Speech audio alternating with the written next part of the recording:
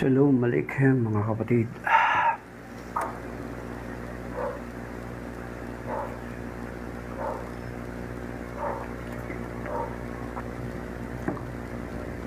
Isang pinagpalang araw ng Martes sa ating lahat. Sa pinagpalang araw ng Martes, dito na naman tayo ngayon sa ating Preaching in the Wilderness series, kung saan binabasa natin ang Ebanghelyo ng Panginoon na binabasa sa lahat ng mga Katolikong simbahan. So, before we will start, let's pray. Let's pray this prayer.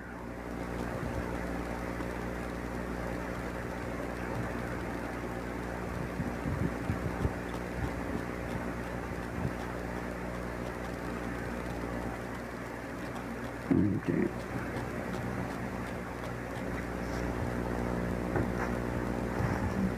Then in the Father, the Son, the Holy Spirit. Amen. Holy Spirit, fill the hearts of your faithful and kindle in them the fire of your love. Send forth your Spirit, and they shall be created, and you will renew the face of the earth. Lord, by the light of the Holy Spirit, you have taught the hearts of your faithful in the same Spirit. Help us to release what is right and always rejoice in your consolation. We ask this through Christ our Lord. Amen. In the name of the Father, the Son, the Holy Spirit. Amen. Oh, shalom. Okay, so may mga instances na hindi na tayo nakapag-broadcast. Busy po mga kapatid. Bagamat gamanon ay ginagawa din natin ulit para of course sa akin habang ginagawa ko to, whether may manood or not or wala, is ginagawa ko para sa kapakinabangan ng aking sarili, hindi lamang sa kapakinabangan ng mga manonood or makikinig, sapagkat yan naman na sinasabi sa banal na kasulatan sa 2 Timothy chapter 4 verse 2 to 4 na preach the word of God in season and out of season, whether convenient or inconvenient. So that is why we are doing this, mga kapatid. Okay?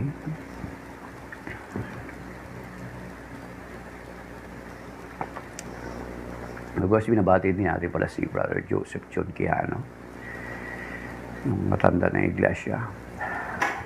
Kasi Kuya Romy Nunez, Mystery of Faith, at iba pa natin nakakasama palagi dito sa ating ginagawa. So, the Gospel of the Lord is taken from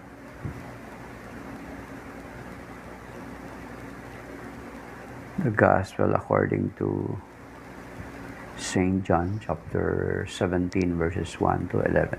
Glory to you, Lord. When Jesus had said this, he raised his eyes to heaven and said, Father, the hour has come. Give glory to your Son, so that your Son may glorify you, just as you gave him authority over all people, so that he may give eternal life to all you gave him. Now this is eternal life, that they should know you, the only true God, and the one whom you sent, Jesus Christ. I glorified you on earth by accomplishing the work that you gave me to do. Now glorify me, Father, with you, with the glory that I had with you before the world began. I revealed your name to those whom you gave me out of the world. They belong to you, and you gave them to me, and they have kept your word. Now they know that everything you gave me is from you, because the words you gave to me I have given to them, and they have accepted them and truly understood that I came from you, and they have believed that you sent me. I pray for them. I do not pray for the world, but for the ones you have given me, because they are yours. And everything of mine is yours, and everything is yours is mine. And I have been glorified in them. And now I will no longer be in the world, but they are in the world. While I am coming to you, Holy Father, keep them in your name that you have given me, so that they may be one just as we are one. When I was with them, I protected them in your name that you gave me, and I guarded them, and none of them was lost except the son of destruction, in order that the scripture might be fulfilled. But now I am coming to you. I speak this in the world, so that they may share my joy completely. I give them your word, and the world hated them, because they do not belong to the world anymore than I belong to the world. Lampas na pala. The Gospel of the Lord. Praise to you, Lord Jesus Christ. So, hanggang verse 11 lang pala mga kapatid. Okay, sabi dito sa verse 11, and now I will no longer be in the world, but they are in the world. While I am coming to you, Holy Father, keep them in your name that you have given me, so that they may be one, just as we are one.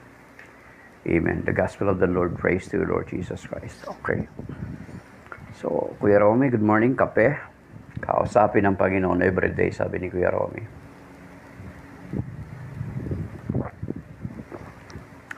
At alam naman natin, ang pakipag-usap sa Panginoon is not yung tayo lang yung magsalita sa Kanya through our prayer, but hinayaan din natin dapat magsalita ang Panginoon through His Word. Sa paraan na kung saan every time na basahin natin ito or pakinggan natin ito, we are allowing God to speak to us. Amen?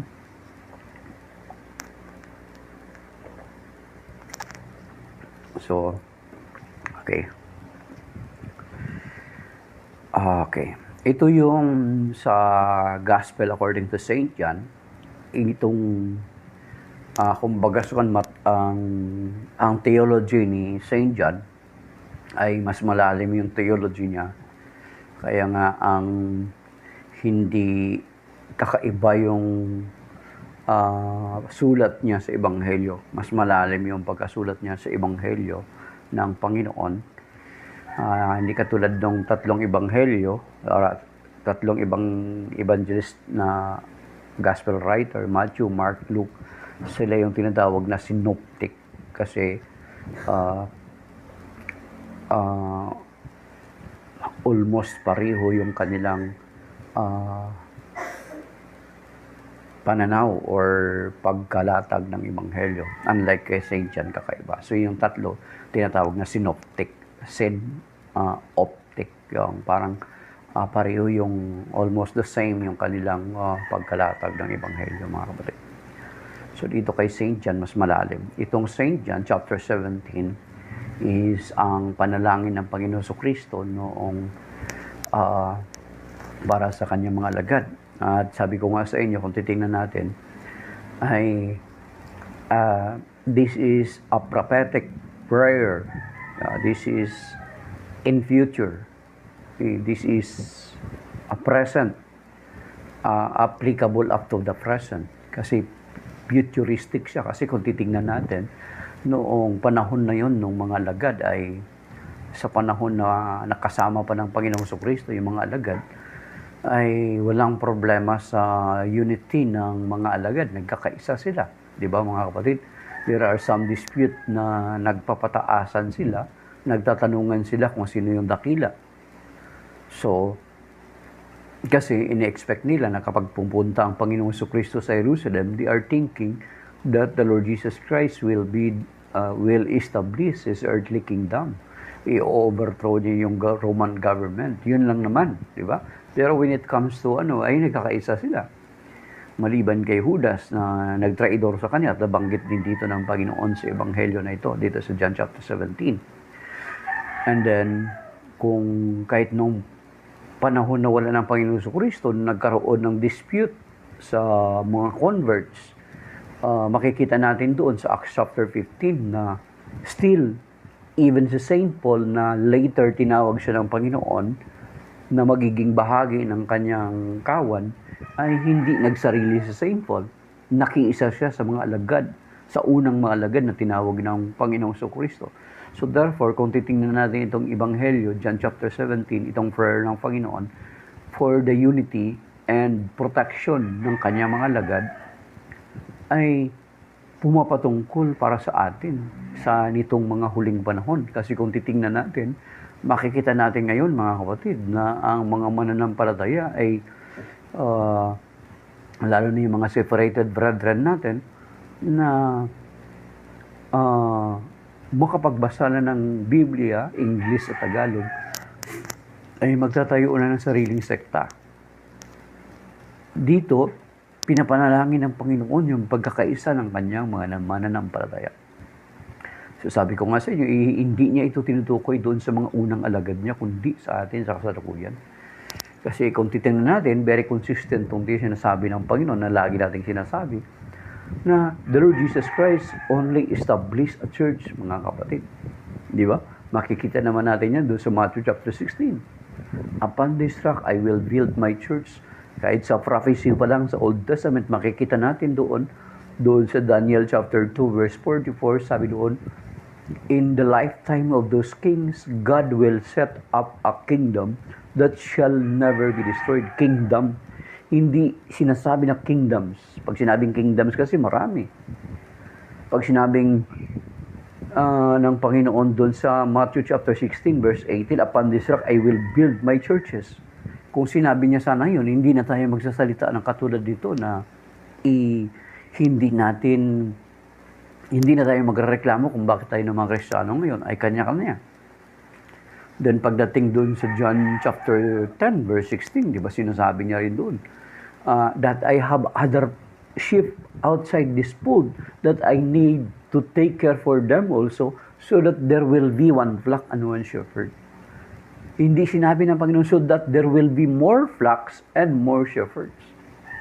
So kung sinabi din ng Panginoon doon sa more flocks, more shepherds, hindi na rin tayo magreklamo kung bakit tayo ng mga Kristiyano, tayo ng mga mananampalataya ay kanya-kanya. Hindi na tayo magtataka kung magsisialisan yung mga kapatid natin, mga separated brethren natin sa Catholic Church. Hindi na tayo magreklamo kasi kung ang nakalagay doon sa John chapter 10 verse 16 is there will be more flock and more shepherd. Dangan nga lamang sinasabi noon ng Panginoon is there will be one flock and one shepherd. At makikita naman natin yan na sinasabi ng Panginoon that He is the good shepherd sa John chapter 10, di ba?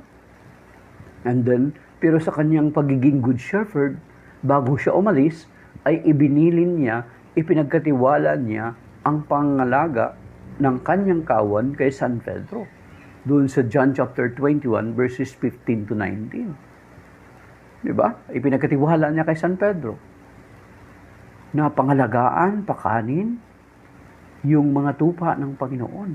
3 beses yun, mga kapatid. So therefore, makikita natin na the Lord na hindi niluloob, ang Panginoon hindi niya kalooban na ang kalalagayan nating mga Kristiyano ngayon ay watak-watak. Kaya nga may sinasabi pa sa doon sa Matthew chapter 12 verse 30, mga kapatid, na sinasabi doon, ang hindi panig sa akin ay laban sa akin, at ang hindi tumutulong mag-ipon ay nagkakalat. So therefore, kaya itong panalangin ng Panginoong Kristo patungkol sa pagkakaisa is para sa atin, sa kasalukuyan. Kasi hindi na nga tayo nagkakaisa. O, di ba? Ang hindi panig sa akin ay laban sa akin. Ang hindi tumutulong mag-ipon ay nagkakalat. So, ibig sabihin, pinapatunayan lamang ng Panginoon na He just wanted us to be one. Katulad ng panalangin niya dito sa John chapter 17. I pray that they may be one as we are one. Okay.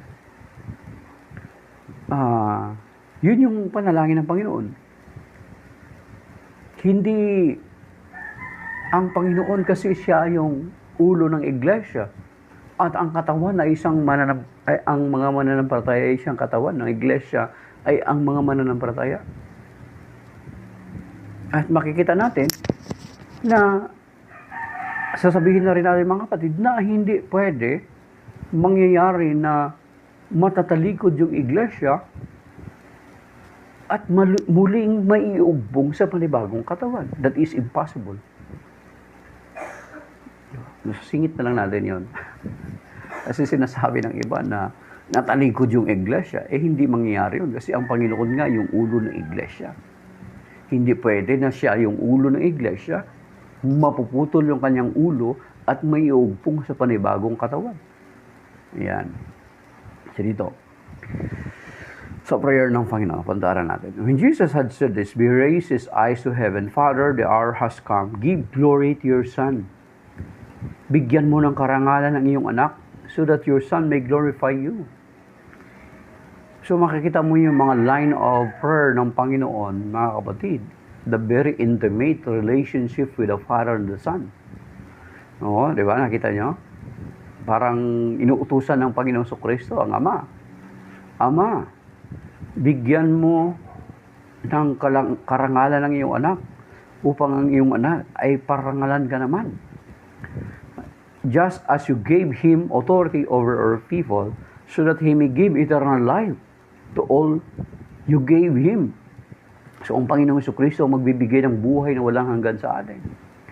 Sabi niya, verse 3, now this is eternal life. Ito yung verse 3. Itong verse 3 na ito yung ginagamit ng mga separated brethren natin.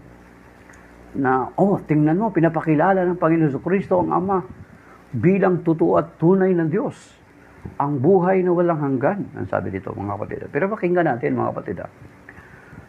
Now this is eternal life, that they should know you, the only true God, and the one whom you sent, Jesus Christ. Yan. Take note, pinapakilala ng Panginoong Kristo ang Ama, pero ang karugtong dito ay siya ang kasunod. Ipinapakilala niya ang isang tunay na Diyos, ang Ama at ang anak na iyong sinugo. Ibig sabihin, makikita natin dito yung pagpapantay ng Panginoon Kristo sa kanyang sarili sa Ama. Well, in fact, bago itong John chapter 17, itong verse 3 na ito, ay sinabi na ng Panginoon dun sa John chapter 10, verse 30, ako at ang Ama ay isa. At dito sa John 17:11, sinasabi na, that they may be one. 17 verse 11, so that they may be one, just as we are one, para magkaisa sila katulad nating iisa. Sinabi na ng Panginoon sa John chapter 10 verse 30, ako at ang Ama ay isa. Then ngayon sasabihin ng iba, of course, ang subject dyan is about unity. Magkaisa lang sila sa layunin. Yes, they are one with a purpose to save the humanity. But they are one with nature. Di ba? John chapter 10 verse 30, ako at ang Ama ay isa. Then pagdating doon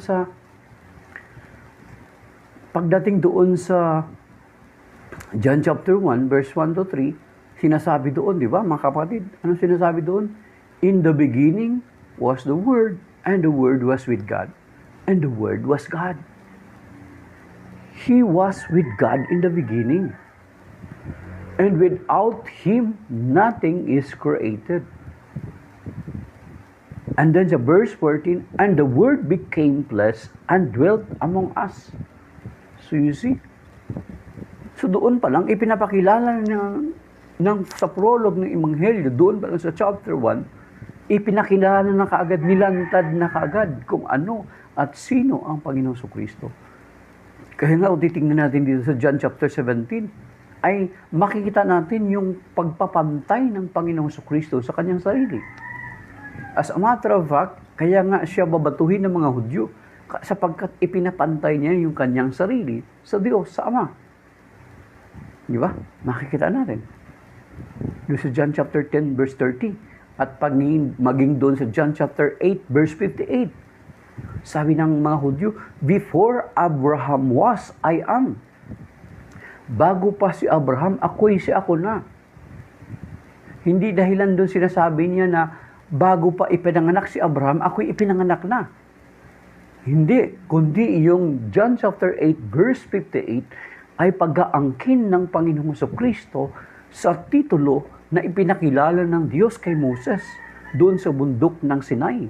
Doon sa Exodus chapter 3 verses 14 to 15. Diba? Nung nagtanong si Moses kung sakaling magtatanong yung kanyang mga kababayan sa kanyang pagbabalik sa Ehipto, kapag magtanong, sino ang sasabihin ko? Ano ang sasabihin ko? Anong sasabihin ko sa kanila? Tell them that I am who I am. Yung basahin niyo yung Exodus chapter 3 verse 14 to 15 and then yung mga succeeding verses hanggang 17. So, ang Gospel of John, kung babasahin natin ng maigi at iniintindi natin ng maigi, mga kapatid, ay ipinapakilala ng Panginoong Kristo yung kanyang sarili bilang Diyos. Yan. Kaya nga dito sa John chapter 17, itong verse 3, it needs understanding lang, mga kapatid. Kaya importante yung grammar, mga kapatid. Take note, basahin natin na. Pakinggan yung style. When Jesus had said this, he raised his eyes to heaven and said, Father, the hour has come, give glory to your Son. Di ba? Nakita niyo yung way of prayer, give glory to your Son. Sa atin, kung mag-pray tayo, ano sasabihin natin? Father, please, may please tayo. We are pleading God. I pray, I beg of you, Father, to please give glory to your Son so that your Son may glorify you. Di ba? Kung tayo yung magpipray, may please, I beg of you. Pero hindi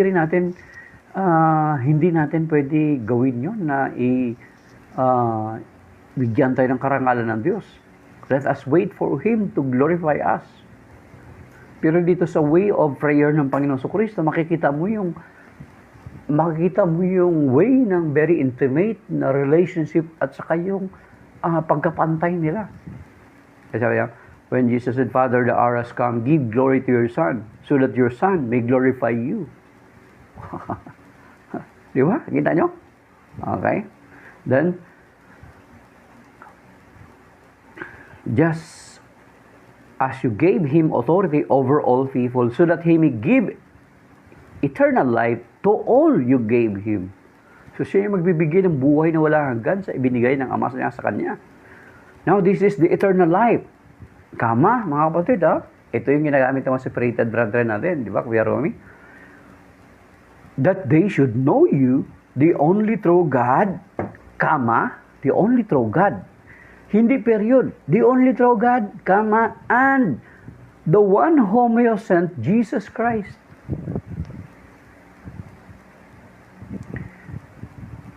Di ba? Makikita nyo?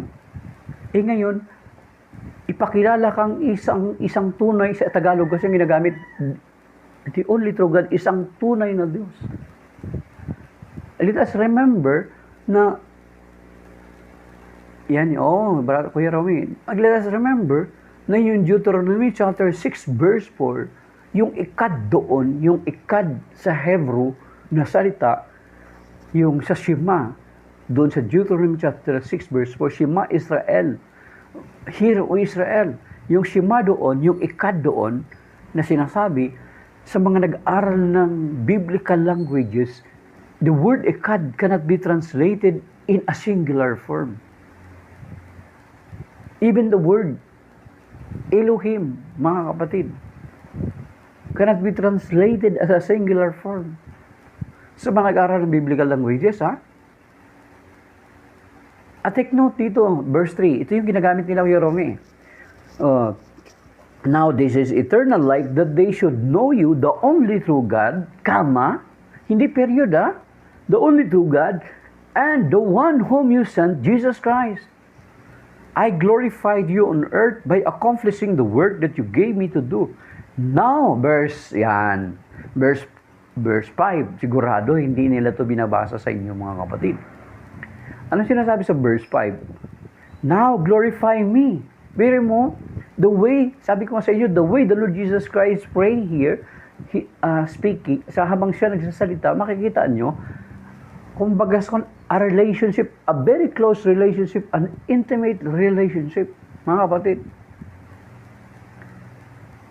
Kung tao ka, ang way ng manner ng pananalangin ng Panginoong Kristo, tila baga, inuutusan niya ang Ama, mga kapatid.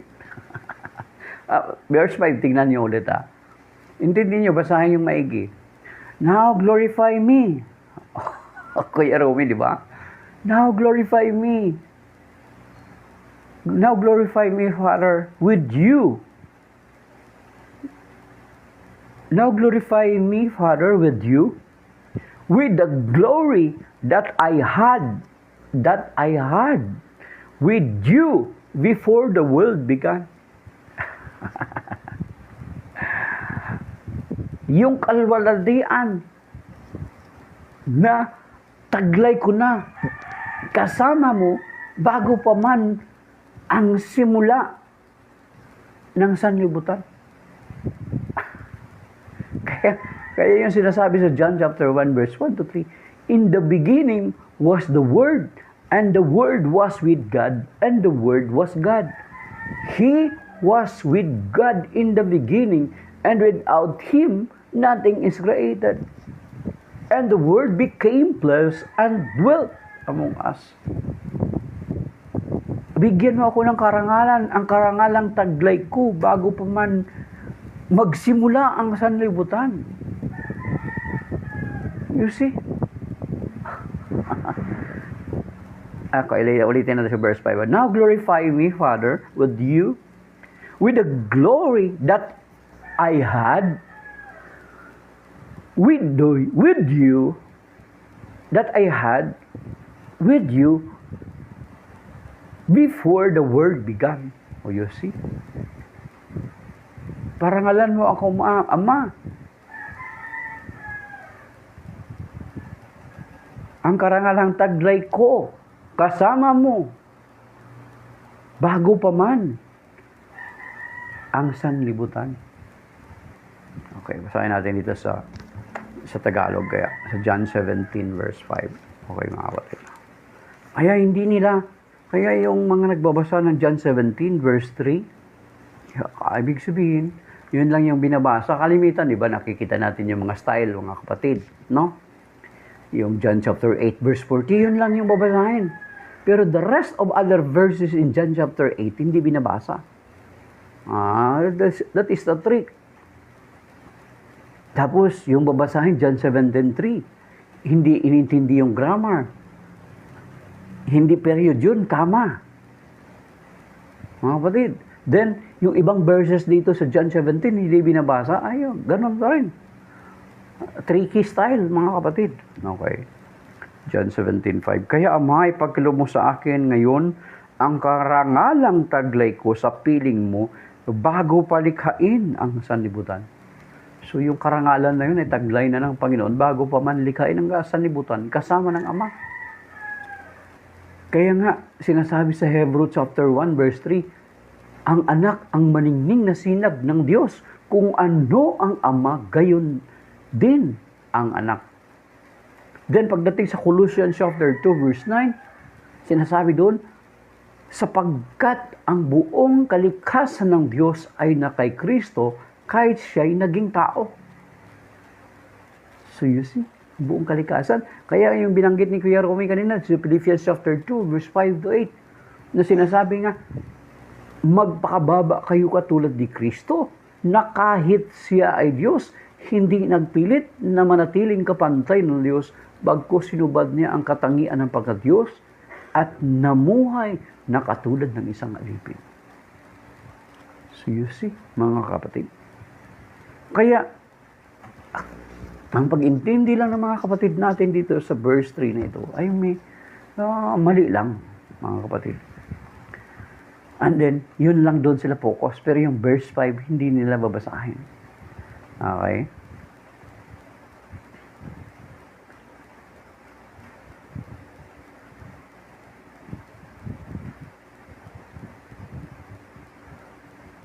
Okay, verse 10. Ito mga kapatid, ibasahin nyo lang, pero dito tayo sa verse 10, sabi nyo. And everything of mine is yours. Ang lahat ng akin ay iyo. And everything of yours is mine. Ang lahat ng nasa akin ay iyo. Tapos sabihin ng Panginoon, at ang lahat ng sa iyo ay akin.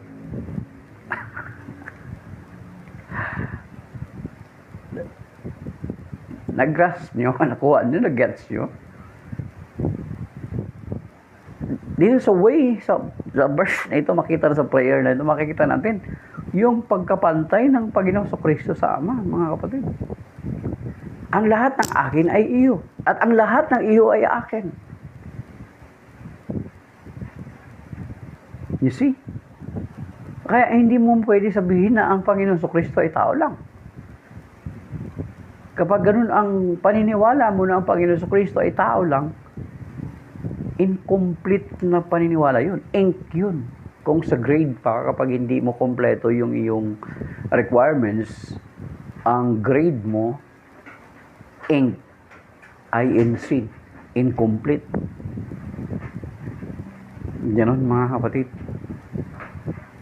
Incomplete. Kapag ganun. So, nakikita, no? Verse 3, verse 5, then sa verse 10, ang sabi namin ng Panginoong Kristo,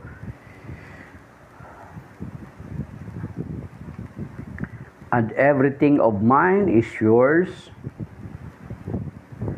and everything of yours is mine, and I have been glorified in them.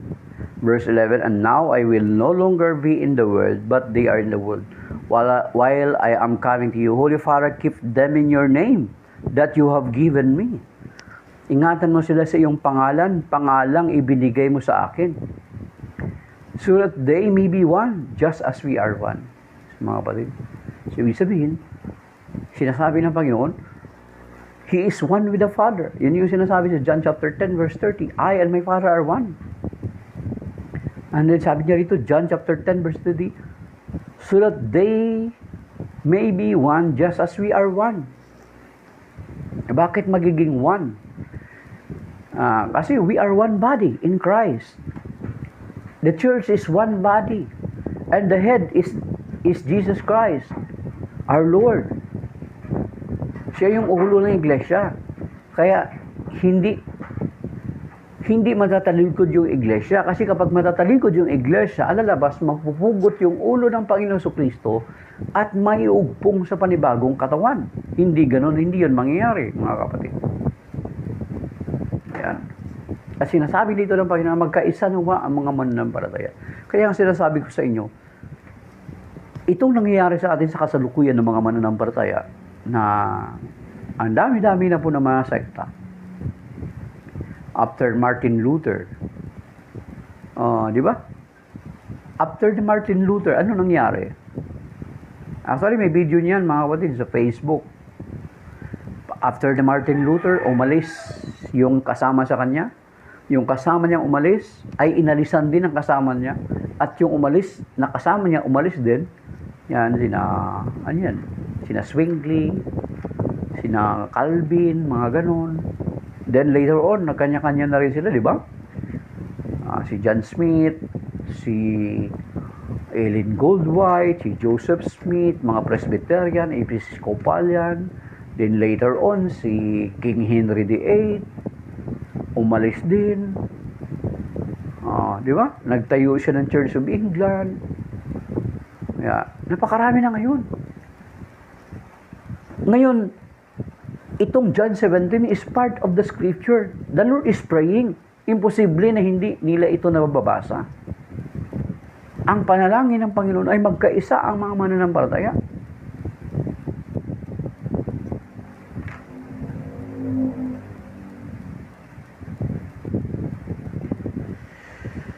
Sabi ni si Musing, sigurado to, si ano to, may Islam to. Dapat na talaga yung what's your stance in genocide just happening in Gaza? Hamas, the terrorist, must stop at all costs. because they are sacrificing their Ligasan people. They are putting their camps, tunnels under hospital, church.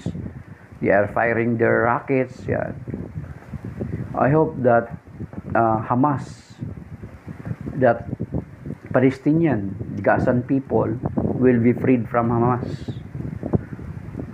Okay. Dapat ganun. So, talagang ano yan, because they themselves, they are choosing martyrdom. They themselves, they are choosing martyrdom. They are putting, they will fire rockets. Ayun lang masabi ko. Siguro, Israel is committing genocide. That is, well, a stupid comment. So, ibig sabihin, Hamas supporter ka pala. Okay? Okay, then, why the UN are not doing, or the ICC not arresting Netanyahu? Okay, like our previous former president here in the Philippines was arrested by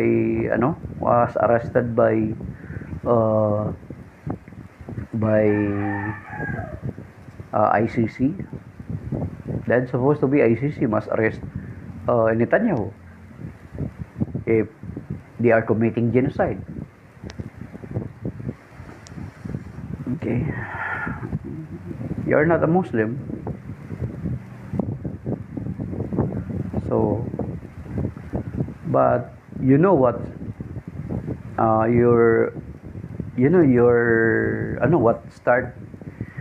it started, right? How it started, October 7. Okay?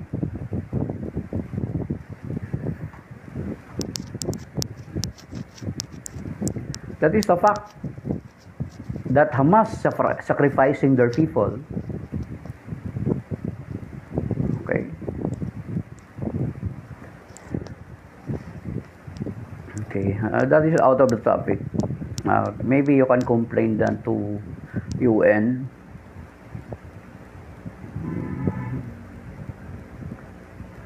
Okay. Yeah, complain that to UN.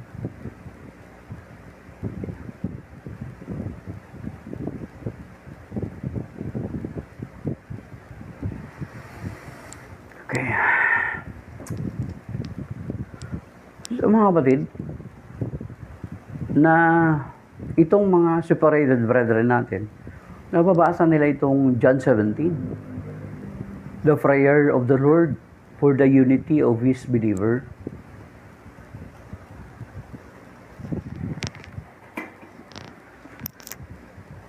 But we can see na parang ini-ignore lang ng mga separated brethren natin. Diba? Ito yung prayer ng Panginoon. Kaya nga, ang sinasabi dito sa Matthew chapter 12 verse 30, ang hindi panig sa akin ay laban sa akin, at ang hindi tumutulong mag-ipon ay nagkakalat. At makikita din natin doon sa sinasabi ng Panginoon na kahit doon sa Ephesians chapter 4 verse 5 to 6, there will be only one faith, one Lord, and one baptism. So therefore, hindi nga kalooban ng Panginoon na ang kanyang mga mananampalataya ay sa kasalukuyan ay watak-watak at kanya-kanya. Sapagkat ang pagkawatak-watak at pagkakanya-kanya ay hindi kalooban ng Panginoon. And it contradicts to His will, it contradicts to His prayer. Mismo ang Panginoon ang nasabi. Diba, mga kapatid? And then kaya nga may sinasabi sa doon sa Romans chapter 16 verse 17. Okay? Ito. Okay. Romans chapter 16 verse 17. Ito ang sinasabi. Hello, all friends. Romans chapter 16, verse 17. It says here, okay, I urge you, brothers, to watch out for those who create dissensions and obstacles in opposition to the teaching that you learned. Avoid them. Verse 18, mga kapatid. For such people do not serve our Lord Christ, but their own appetites, and by fair and flattering speech, yan, magagaling sila magsalita, they deceive the hearts of the innocent. So, avoid those people who create dissensions. See the relationship to in Matthew chapter 12, verse 30.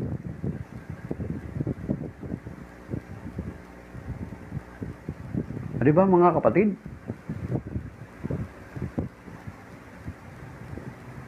Romans chapter 16, verse 17.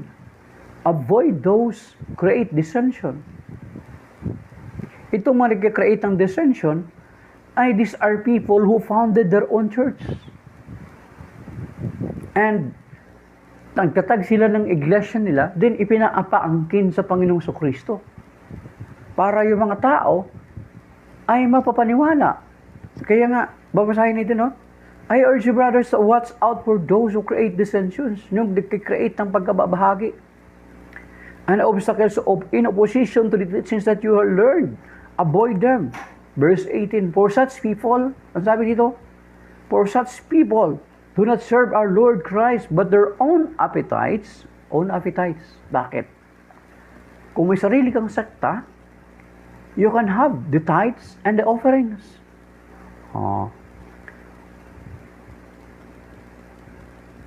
And by fair and flattering speech, they deceive the hearts of the innocent. Magagaling magsalita.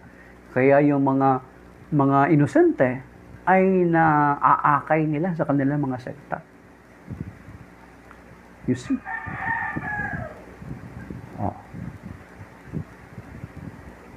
Pinapaiwasan sila. At alam naman natin yung mga nag-create ng dissension, kaya nga kahit sa Galatians chapter 5 verse 19 to 20 mga kapatid, makikita natin doon na yung dalawa doon na binanggit ay kasama sa binababalaan ng Panginoon na hindi makakapasok sa kaharian ng langit. Yung nag-create ng pagkabahabahagi at pagkakampi-kampi. You see? So kung kabilang ka doon sa mga sekta na hindi ang Panginoon ang nagtatag, delikado ka kasi yun yung sinasabi sa Psalm 127 verse 1. Mga kapatid, na maliban na ang Panginoon nagtatag ng isang bayan, walang kabuluhan yaong tinatag ng isang panday. So therefore, kung ang iyong sekta ay tatag lamang ng tao, delikado ka kasi ang Panginoon nagtatag ng kanyang iglesia. Ang Panginoon nagtatag. Pero kung yung iglesia mong kinabibilangan ay tatag ng tao, maaring 1914, 1830, 1517, 1980s, 2000, 2010, ay abay, tingnan nyo mga kapatid, check nyo. We are now in the information age. I-check nyo kung sino yung nagtatag ng sekta nyo ngayon, mga kapatid. At malalaman mo na kapag ang sekta na yan ay tinatag lamang ng tao, ay delikado. Diba? May nagsasabi ito na nasabi daw ang Quran, ang Biblia ay copy sa Quran. Saan ba nauna? Ang Islam o ang Catholic Church? Saan ba nauna? Okay. Yan mga kapatid. So,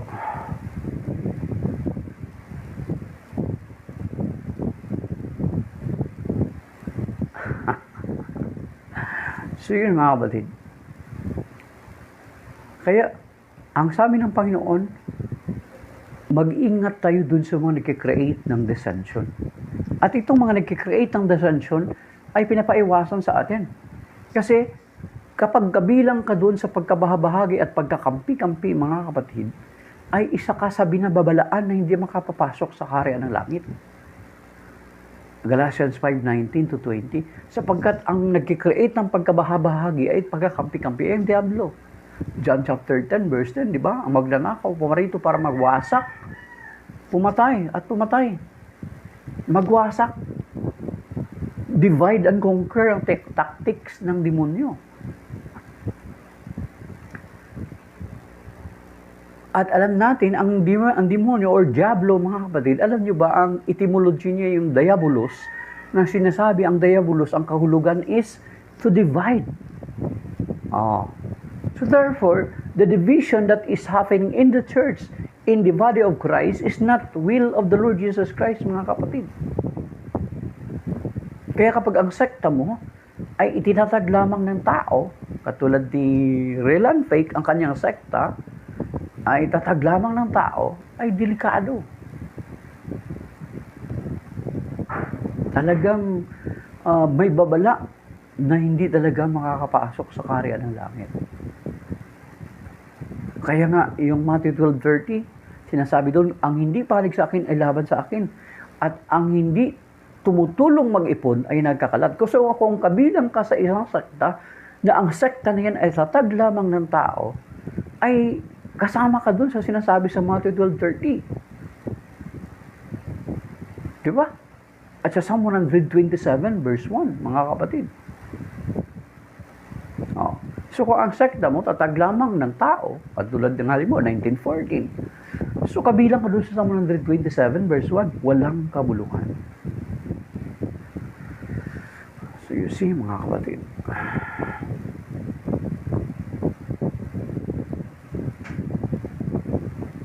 Okay? So yun, mga kapatid. Kaya mag-ingat tayo. Mag-ingat tayo, lalo na yung mga magagaling magsalita. Ay, yun yung sinasabi sa Romans 16:17-18, na iwasan daw natin itong mga tao. Kasi hindi talaga sila naglilingkod sa Panginoon, kundi their own appetite. Bakit? Try to imagine. May ikapu ka na, may handog ka pa. Mga kapatid. That is why. Okay, mga kapatid, mag-ingat po tayo. Lalo na yung mga nagpo-promote ng kanilang mga sekta at denominasyon. Ayan, mga kapatid. So, hi Fran, good morning. Ayan. Sige, goodbye. Goodbye, Real and Fake. Galing na. Galing ng account, ano? Tunay na peke. Tunay na peke. Tunay at peke pala. Okay. So, tama yan, Real and Fake, mag-ingat sa apoy ng impyerno. Lalo na kung kabilang ka doon sa nagkikreate ng pagkakampi-kampi at pagkabahagi, ay kasama yan sa binababalaan ng Panginoon na hindi ka makakapasok sa kaharian ng langit. Lalo na kung ang sekta mo ay kabilang doon, ay sigurado na hindi ka talaga makakapasok. Kasi kabilang ka nga doon eh. Hindi ka big sabihin, hindi ka kapanig sa Panginoong Kristo. Nakikipag-compete ka sa Panginoong Kristo, yung sekta mo, tatag lamang ng tao, samantala nagtatag na ng Panginoon ang kanyang simbahan, ang kanyang iglesia. So yan, mga kapatid. So, nakita natin dito sa Gospel of Today, mga kapatid, yung way ng Panginoon. Kailangan basahin talaga natin ang buo yung John 17 at intindihing maigi. Makikita natin doon na yung paraan ng Panginoon Kristo sa pakikipag-usap sa Ama ay very intimate.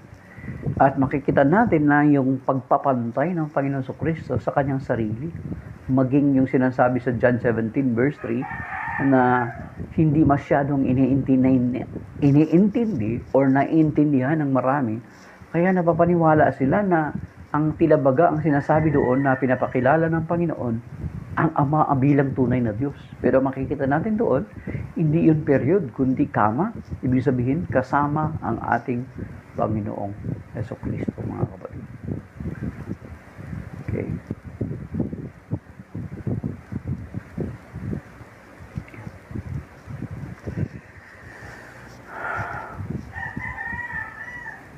Okay. So, then, verse 5, makikita na, basahin nyo, ulitin yung mga kapatid, yung manner ng panalangin ng Panginoon Kristo about sa unity ng mananampalataya. Very clear that the Lord Jesus Christ is ipinapantay niya ang kanyang sarili sa Ama. And then yung verse 5, sinasabi niya na, sinasabi niya doon na, bigay mo sa akin yung karangalang ibig na nasa akin na noong bago pa man nataglay ko na, noong bago pa man nakasama mo, nataglay ko kung kasama mo, noong bago pa man lalangin ang sanlibutan. So yan. And then sa verse 11, I pray that they may be one so that I pray that they may be one just as we are one. O yun, sige mga kapatid. Kaya ang challenge ko dyan sa mga separated brethren natin na binabasahan lamang kayo noong John 17 verse 3, the rest of other verses in John 17 ay hindi binabasa sa inyo, I challenge you to read it very carefully mga kapatid. So maybe that is right now mga kapatid. Shalom, maraming salamat sa inyo. Loobin ang Panginoon. Kita-kits tayo bukas kung loobin ng Panginoon, at nawa patuloy tayong iligtas ng Panginoon, gabayan niya tayo patnubayan, at iligtas tayo sa mabibigat na mga pagsubok, sa mga malulubang karamdaman, sa sakit, sa cancer, sa kidney failure, sa stroke, hypertension, at sa mga bagay beyond our controls. At ganoon din, iligtas tayo ng Panginoon sa mga disgrasya, sa anumang mga malulubang karamdaman, at ganoon din, iligtas tayo sa incap, mga kapatid. At ganoon din, patuloy din mga pagpalain ng Panginoon ang asawa ni Brad Calex, pagalingin, Brother Dominic Navarro, at iba pang mga nangangailangan at tulong niya. At maraming salamat. God bless din po sa mga nag-flood likes kanina. Kaya 2.2k yan ang likes. Mahigit. And then yung mga nag-tap ng screen, si Mr. Faith, si Kuya Romy Nunez, si Fran, at saka yung mga dumaan kanina, si Real and Fake. And then si Baby Loves, si Ronaldo Cabahog. Ayan. So maraming salamat mga kapatid. May God bless us and keep us safe and sound sa araw na ito. So salam, that is by now. Signing out, my dear brothers and sisters.